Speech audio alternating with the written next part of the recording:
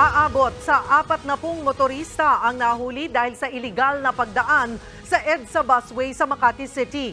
Karamihan sa mga nahuli ay mga motorsiklo, taxi at ilang pribadong sasakyan. May mga nahuli ring empleyado ng Land Transportation Office at Department of Transportation. Pinagmulta ng 5,000 piso ang mga nahuling driver. Tumanggi na silang humarap sa kamera. Pero karamihan sa kanila, alam daw na bawal dumaan sa busway. Bukod sa mga pampasaherong bus na nag-ooperate sa busway, tanging mga emergency vehicle at mga otorisadong government vehicle lang ang pinapayagang dumaan dito. Mga kapatid, Lucy Cruz Valdez po, maging maalam at may pakialam sa mga napapanahong balita sa bansa. Tumutok at mag-subscribe sa News 5 social media pages.